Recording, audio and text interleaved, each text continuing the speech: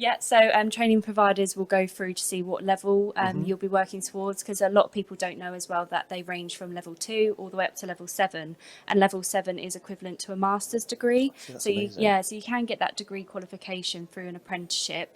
So it's, a lot of people think, oh, it's quite low qualifications as well, but there's a range of different qualifications that you can do via an apprenticeship. I think there's a lot of people that think that sort of education is this straight line, Yeah, where definitely. it's primary, secondary, college, university, and that's it, cut and dry. But it's not. It really, really isn't, is it? There are things branching off all sorts of Yeah. places here, there, and everywhere. Yeah, So much options to it. you can pick it up whenever. So you could do an apprenticeship at a level 2, level 3, and then say 5, even 10 years later, then start on your higher apprenticeships as well. I think this is it. Like I'm saying, it's a lot of the time it's letting people know that these options are out there. A lot of if people know about it, they'll join in, Yeah. they'll involve themselves. It really is just telling these people about it. So, how would you say an apprenticeship could be beneficial for somebody looking for that career change or to upskill? And I'm sure there are also benefits for the employer as well. Absolutely. So it's not just beneficial for the individual looking to do an apprenticeship, because you're being paid to get a qualification. So you're getting lots of work experience and paying for your actual learning as well, which is brilliant. And this can be done either in the workplace or at a college, or in block release as well. So there's different options for learning as well, which I think a lot of people don't know about. But it's, of course, it's always beneficial for the employer, because they're, getting the skills from that individual. They'll get that qualification at the end, and then they can go on and progress to even more in their sort of business. So it's upskilling, and also it's really good for the employer to sort of, be that mentor for someone as well, sort of use their previous knowledge and everything as well. So beneficial for both. I think with it still being obviously an education, but not in an education setting, these are real life skills a lot of the time being learnt as well, and a lot of them transferable skills without even knowing it.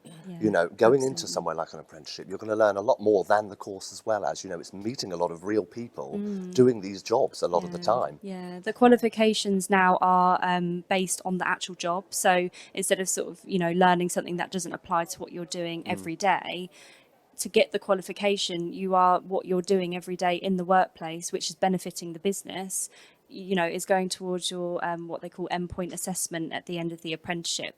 And it's we sort of say it's like a driving test. They don't put you in until you're ready either. So it's not this big scary exam at the end. It's everything you're doing at work. So it's cliche to say, but it is win-win, isn't it? Yeah. It really is here. So Sharon, my lovely, this is it. This is the big number that you've got to remember. I know what we're going for here.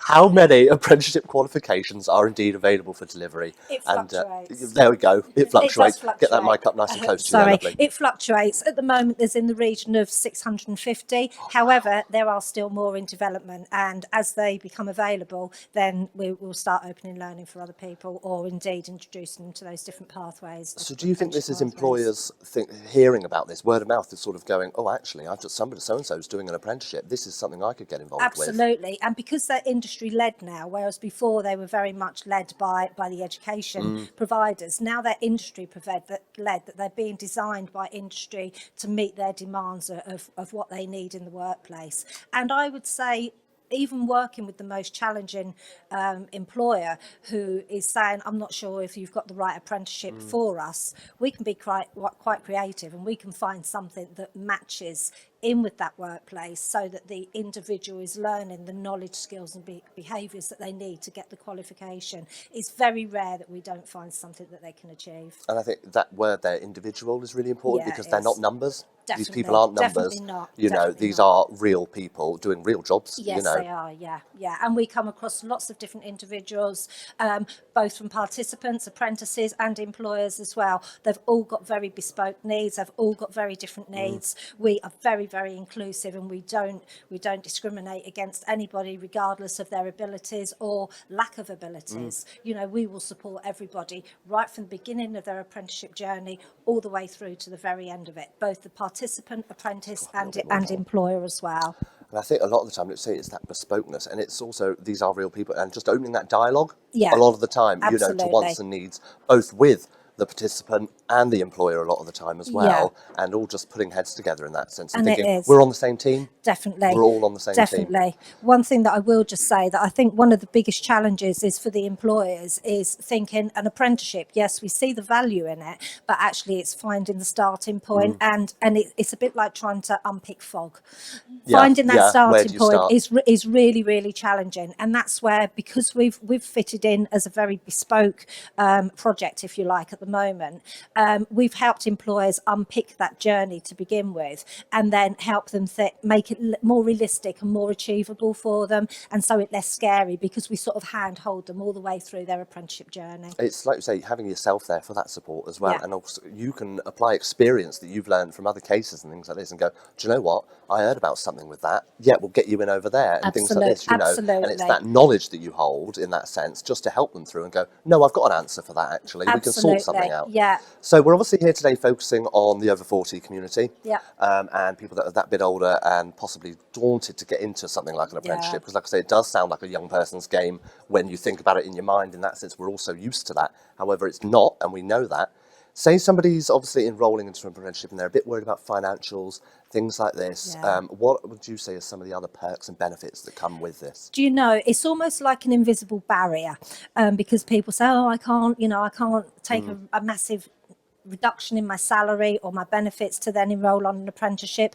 And admittedly, the apprenticeship national minimum wage currently stands at £4.81 an hour, which does seem very low. We've got some very, very generous employers out there, and lots of them, they recognise that people do need to live, you know, that they've got to be able to live nicely, and so they do pay more. And that's a conversation that we have very early on with our employers, and say to them, you know, the benchmark around Suffolk at the moment is, you know, XYZ. What would you be able to pay?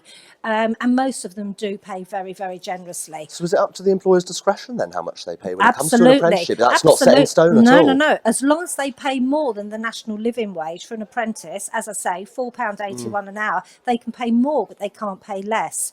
Also, in the second year of that individual's apprenticeship, if they turn 19 in the second year of their qualification, they have to be paid in accordance with the national living wage according to their age at the time. And that changes on the 1st of April every year. Yeah. So every financial year, they're going to get a salary rise.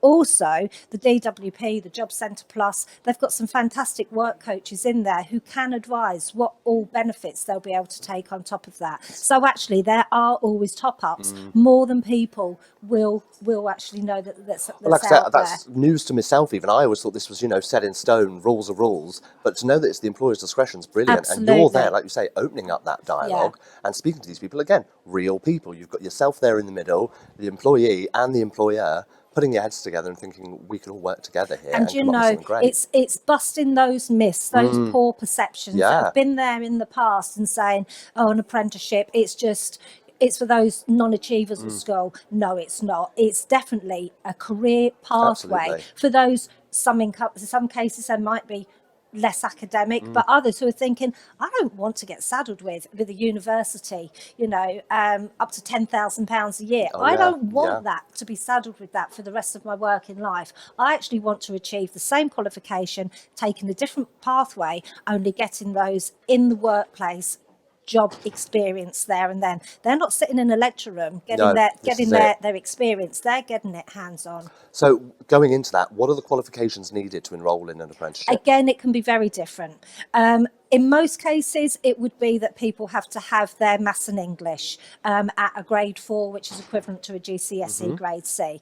However, again, these have been redesigned. So if we have somebody out there who has a recognised educational healthcare plan, and there's a reason why they didn't achieve their maths and English, again, it can be looked at and depending on the individual. So it's very much, okay, we recognise you've not got that, but let's see what you have got and let's see how we can help you achieve it. We've got another fantastic programme that's being delivered nationally called Multiply, and a massive amount of educational funding has been put into it to help those individuals who are of an older, more mature person to achieve their maths and English that they didn't achieve at school. So then actually that can lead them onto a pathway of then going on to an apprenticeship. And again, it's that invisible barrier that they talk about, where they go, well, I've not got my math and English, you know, that was 40 years ago. We think, oh, no problem, we can sort that out for you. No problem at all. And that is part of the real work that's going on in Suffolk now. And this is it. And for you guys, this is your Monday to Friday 9 to 5. This is their lives.